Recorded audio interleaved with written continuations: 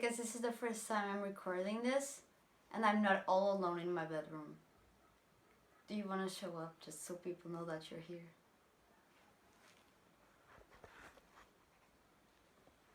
Yeah. Hey everyone, what's up? So we are on, what day is today? 10th. We are on the 10th of February. So 2016 is long gone, and I was looking through my reading list and I realized that in 2016 I read about 30 books, and this year I want to read a lot more, so that is a challenge for me. But then I decided to pick my 5 favorite books from 2016. They are at a random order because they are all very different from each other. However, one of them is one of my absolute favorite books ever. Okay, so my first book recommendation today is The Seventh Gate by Richard Zimmler. And this one really blew me away. I hadn't read any of the Zimmler books. And this was actually recommended by my history teacher. And she was so right about recommending this because it's such a powerful book about such a powerful time in history, and that is the Second World War and what happened in Germany and Europe back then. And this one shows us a very interesting perspective coming from a young and brave girl named Sophie. It tells us her story and how she lived through the struggles and hardships of this dark time in history. And we are talking about a German girl who, unlike all other Germans, was brave enough to be against the system. And there are some dark and powerful and beautiful scenes, and it's really worth a read. The second book I'm recommending is completely different from the first one, and it's actually a guilty pleasure of mine, which is The Big Magic by Elizabeth Gilbert.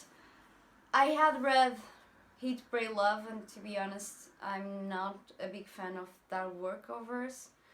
I don't know, I just could not relate to the main character. We are from different worlds entirely. But The Big Magic was really interesting and fun to read because I am a creator and creativity is something that fascinates me. It's a very good read and very easy read, and I really had fun reading it. Just simple and very straightforward.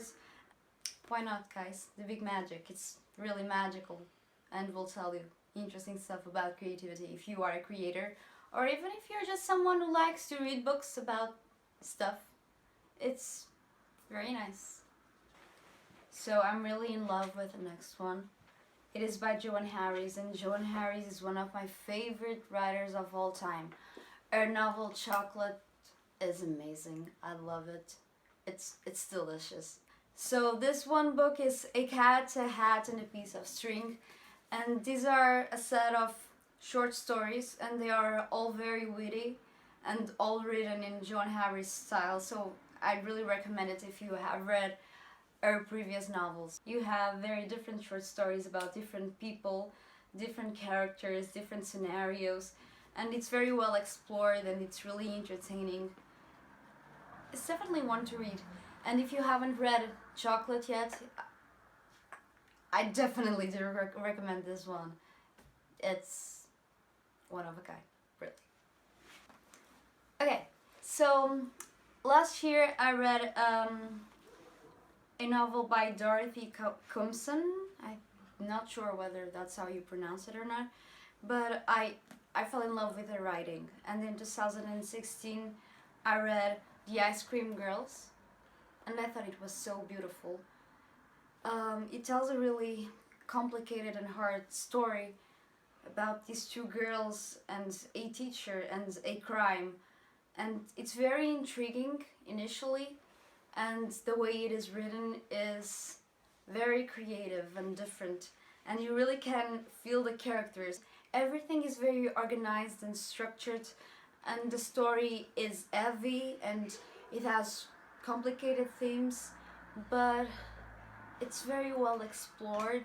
So my favorite book from last year was, I love this book. It changed my life in so many ways. It's Me Before You by Jojo Moyes, but unfortunately, I do not have it here. You know why? Because I lent it to someone. Guilty. Okay?